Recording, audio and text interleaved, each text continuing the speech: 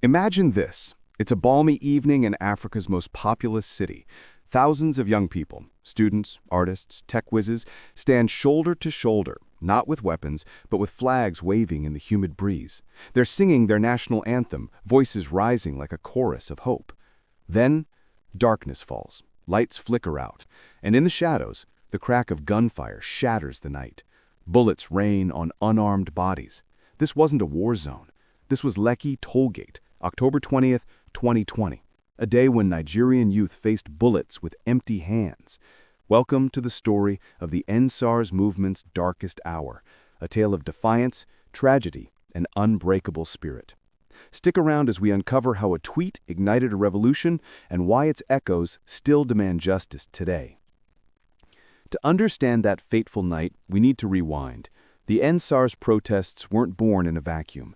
They were the boiling point of years of frustration against a police unit gone rogue.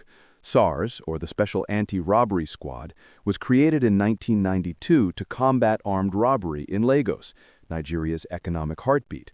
But over time, it morphed into something sinister, a squad accused of extortion, torture, and cold-blooded killings, often targeting the very youth they were meant to protect. Picture this. Dreadlocked artists yanked from their cars, iPhone-toting students labeled Yahoo boys for cyber fraud they never committed, and families shattered by demands for bribes or worse. By 2017, whispers of outrage turned into a digital roar on Twitter, where Nigerians coined EndSARS to share horror stories and demand disbandment. Fast forward to October 2020, and that hashtag exploded into streets across the nation. Why then? A viral video of a young man gunned down in Delta State lit the fuse, but the real fuel was systemic rot, corruption, inequality, and a generation tired of being prey.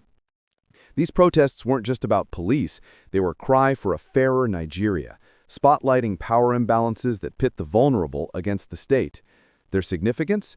They showed the world that African youth aren't waiting for permission to demand change. In a country of over 200 million, where half are under 19, this was a seismic shift, a reminder that resilience can topple giants. SARS wasn't always a monster. Formed amid Lagos's crime waves in the early 90s, it started as an elite tactical unit, but without oversight, power corrupted. By the 2010s, reports flooded in, officers stopping motorists on flimsy pretexts, rifling through phones for incriminating selfies, then shaking them down for cash. Refuse, face beatings or bullet.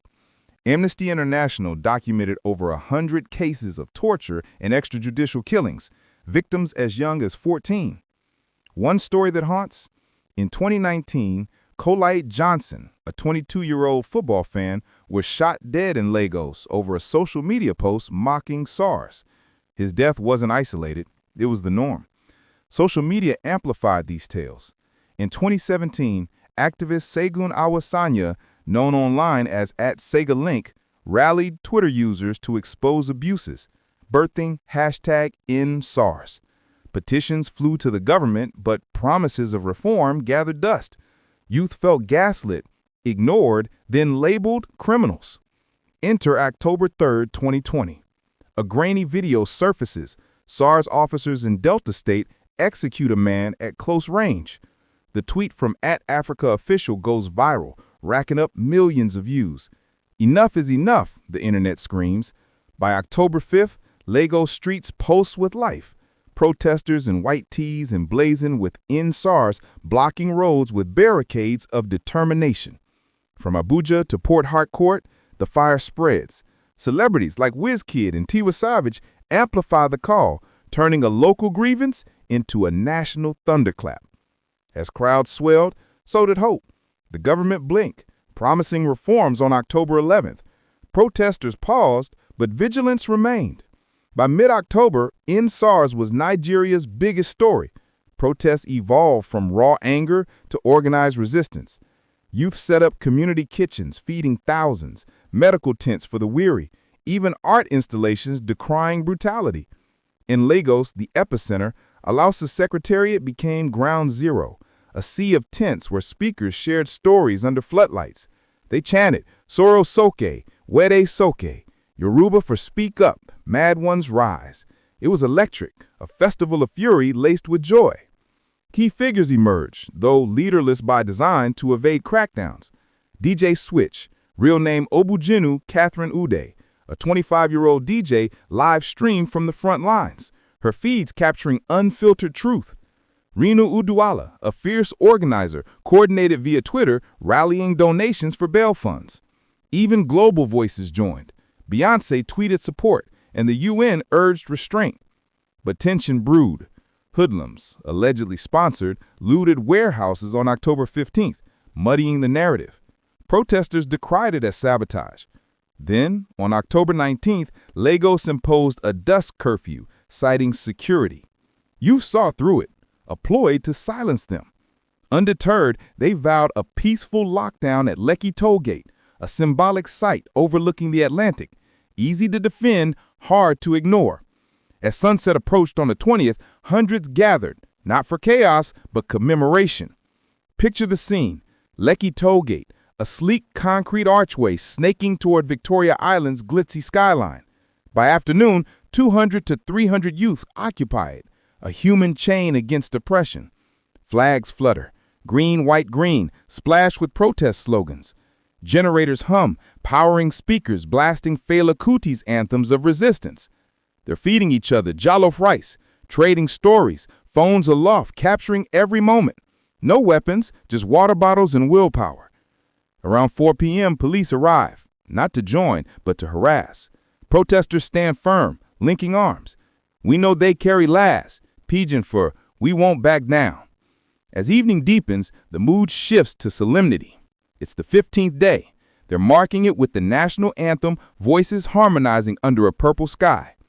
Eyewitnesses later recalled the unity, Christians and Muslims praying side by side, a tapestry of Nigeria's diversity. But at 7:45 p.m., the lights die. The toll gate's floodlights wink out, plunging the plaza into twilight gloom. Protesters' phone torches flicker like defiant stars. Whispers ripple. Something's wrong.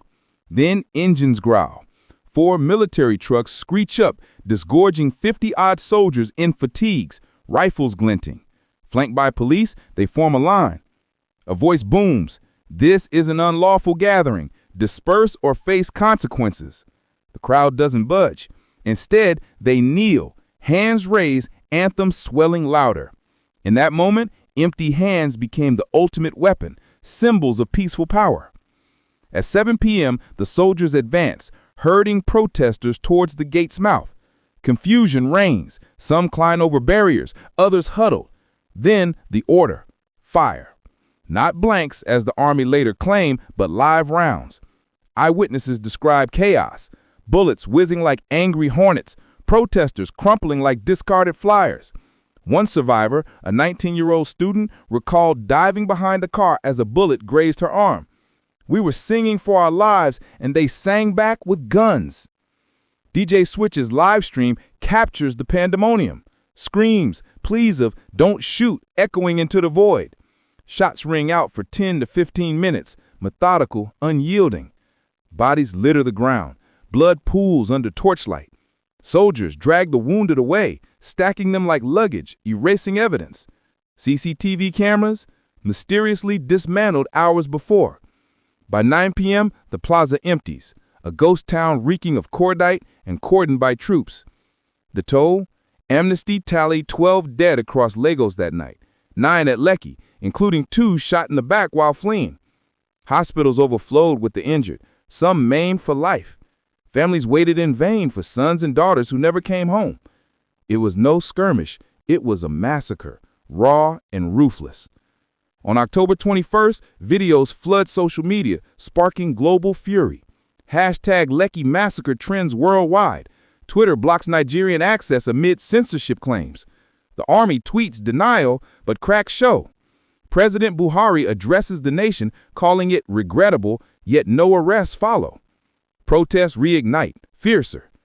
Curfews clamp down, but youth adapt. Online fundraisers pour in millions for victims. Lagos sets up a judicial panel of inquiry. In November 2020, a 10-member body including activists and lawyers. Hearings grip the nation, survivors testifying, trembling. Pathologists present bullets matching Army rifles. CCTV footage, recovered and analyzed by CNN, shows soldiers firing into crowds. In October 2021, the panel's verdict drops like a bomb. It labels Lekki a massacre, indicting the Army for indiscriminate killing of unarmed civilians. 9 confirmed dead at the gate, per forensics. Recommendations: prosecute officers, compensate families, rebuild trust. But Lagos State rejects key findings, calling them biased. Compensation trickles, 103 million naira to victims by 2022, but justice elusive. No high-level convictions. It's a classic tale of power dynamics. The state promises, then pivots. The panel uncovered pre-planned removal of cameras, hinting at intent to cover tracks. Protesters' innovation, like drone surveillance, forced transparency in future probes. The NSARS saga reshaped Nigeria. SARS dissolved on October 11, 2020, birthing SWAT, though critics call it SARS 2.0. Protests birthed the Feminist Coalition, channeling funds to education and health.